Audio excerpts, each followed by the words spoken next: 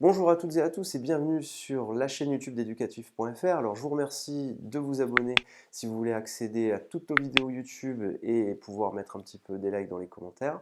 Vous pouvez aussi retrouver toutes nos vidéos sur le site internet éducatif.fr. Le lien il est dans la description, donc allez faire un tour sur le site pour accéder à toutes nos vidéos.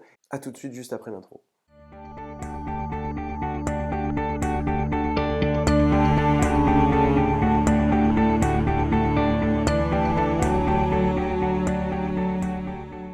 Bonjour à toutes et à tous, dans cette vidéo pour le grand oral, je vais vous donner des petits exercices ou des petites astuces qui vont vous permettre d'avoir un petit quelque chose en plus.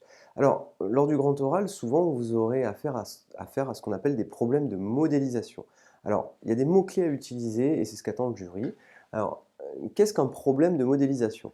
Vous avez ces mots-clés-là à utiliser, un modèle et problème de modélisation. Alors, qu'est-ce que c'est? Vous avez un problème réel de la vie de tous les jours, de la vie courante, et vous allez utiliser une formule mathématique pour le traduire. Donc vous vous retrouvez avec un problème de maths. Une fois que vous avez ce problème de maths, vous voulez le résoudre grâce à l'outil mathématique, c'est-à-dire que vous avez votre outil de maths qui va vous permettre de résoudre votre problème, qui maintenant n'est plus un problème de la vie réelle, mais qui est un problème de maths. Vous allez résoudre ce problème de maths et vous allez avoir des solutions, mais au niveau toujours de votre problème mathématique. Alors vous allez voir pourquoi je parle de plus et de moins. C'est un petit exemple. Une fois que vous avez la résolution de votre problème de maths, vous revenez à votre problème réel, d'accord? Et une fois que vous avez votre problème de la vie réelle, eh bien, après avoir utilisé votre problème mathématique et avoir eu les solutions de votre problème de maths, vous pouvez donner la réponse grâce au modèle. Donc ici, vous avez fait quoi? Je vous donne maintenant un exemple. Vous cherchez, par exemple, un problème réel et vous cherchez quelque chose dont le résultat, ben, ça doit être une longueur. D'accord? Vous cherchez une longueur, par exemple.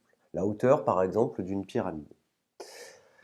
Vous savez donc que le résultat que vous obtenez, ça sera donc un nombre positif, mais dans votre problème mathématique, vous avez, par hasard, obtenu un nombre négatif comme solution et un nombre positif comme solution. Eh bien, il va falloir retenir seulement la solution qui vous intéresse. Donc vous allez devoir confronter votre problème mathématique au problème réel que vous cherchez et dire, bien voilà, le problème mathématique m'a donné deux solutions, une solution positive et une solution négative, mais moi, je cherche qu'un seul nombre qui est une longueur.